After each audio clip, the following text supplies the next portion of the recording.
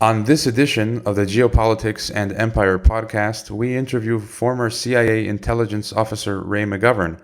He is also the co-founder of Veteran Intelligence Professionals for Sanity and the Sam Adams Associates for Integrity and in Intelligence. He writes for Consortium News, among other outlets, and you can find his writings and interviews on his website at raymcgovern.com. He recently visited Israel and Palestine, and he gives us his take on the situation there regarding the settlements. You recently traveled to Israel and Palestine. This is the first time on the podcast we're covering this topic.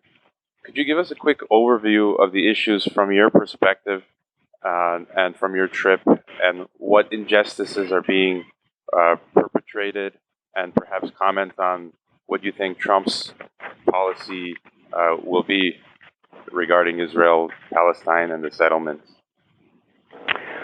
Sure. Well, a small delegation of 8 Veterans for Peace. These are people who have served in the U.S. military and are now working very hard to ensure that there will be not any more war. We visited Israel and Palestine for 2.5 weeks earlier this month, actually starting late last month.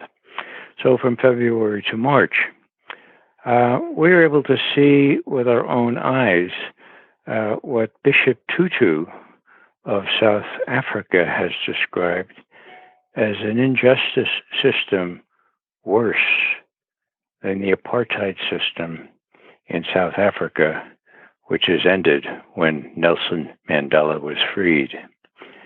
Now, that's serious. What we have, for your student's background, is a situation where after World War II and the killing, extermination of 5-6 million Jews in Germany and elsewhere, it was thought that the Jews should have a homeland. And the West Europeans, who felt so conscience-stricken by what they had acquiesced in, but by what they had watched, by what they had not found the strength to oppose, said, oh yeah, that would be a great idea.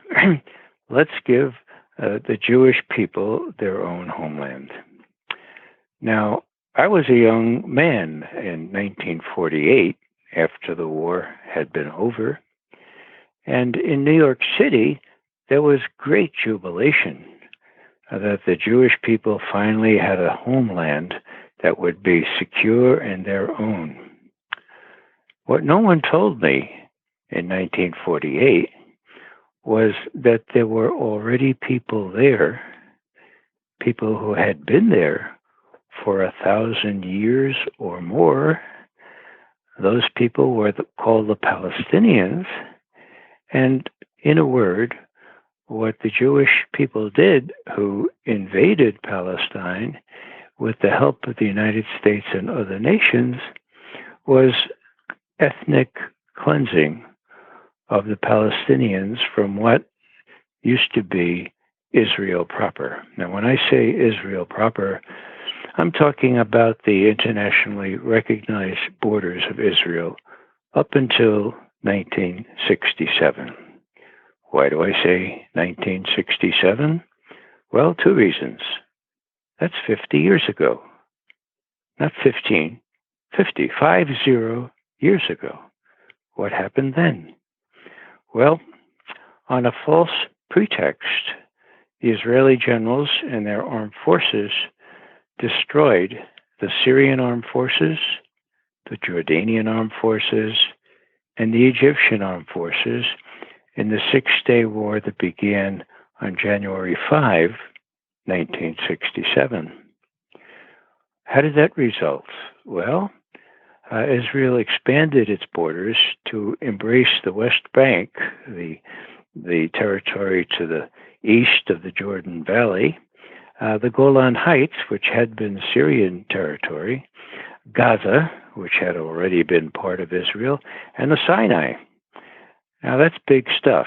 That is very big, because we're talking about Palestinians 750 100,000 of whom lost their lives and their homes from 1948 until 1967. And now there is a regime in Tel Aviv that is populating the annexed territory, the territory that they annexed after the war in 67. They're putting settlers, what they call settlers. They're mostly very religious Jews on hilltops throughout the West Bank.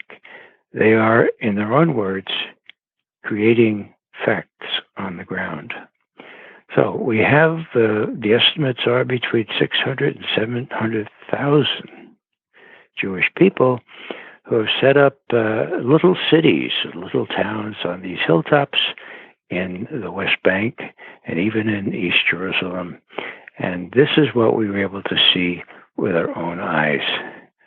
Now, when you brace Israeli citizens with this reality, they say, well, God promised us this land.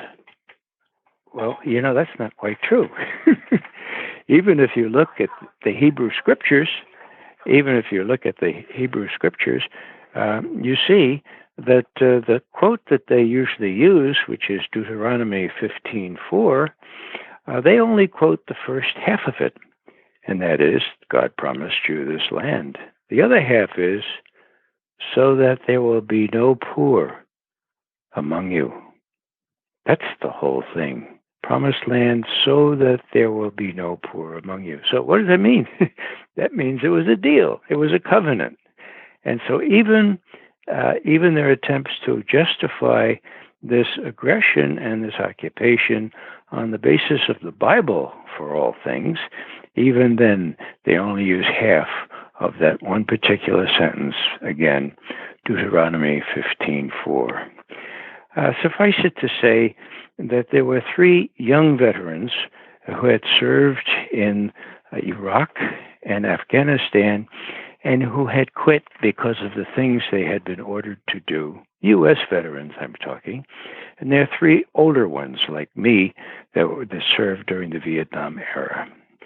Now, why do I say that? Well, it was very, very poignant. It was... poignant is the only word I can summon up here. To watch the younger veterans see and read about and hear about from the Palestinians the tactics used by the Israeli Defense Forces in kicking down doors, rounding up men, pushing women and children aside, all the obscene things that, note this, these young veterans had been ordered to do and did do themselves. It was quite traumatic for them, although they had faced into this reality before. But many of the techniques that they used, they had been trained by Israeli armed forces themselves, and it was a terrible awakening for them to see it in action. Suffice it to say that we banded together in solidarity with the Palestinian people. We took part in 3 demonstrations, simply meaning bringing banners and chanting songs in front of the terrible wall that exists there. And for that, we were tear-gassed 3 times. We had these terrible bang grenades sent our way. I still am not hearing quite well, even though that's a week ago. And we were just rather harassed and chased away from territory that belongs to the Palestinians, but is now considered by Israel Israeli territory because these settlers occupy all the hilltops in the area except very few. So what we saw here is an example of apartheid, pure and simple. That is, 2 separate and distinct peoples living side by side, as had been the case in South Africa.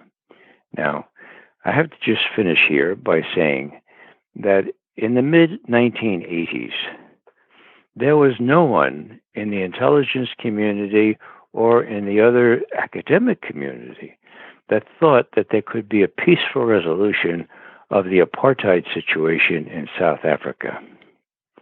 As we all know, there was one. How did that happen? Well, there was a broad-based international boycott, sanctions, and disinvestment activity, which made South Africa a pariah and forced them to come to terms with their situation. That is now underway with respect to the international community regarding Israel, boycott, divestment, and sanctions.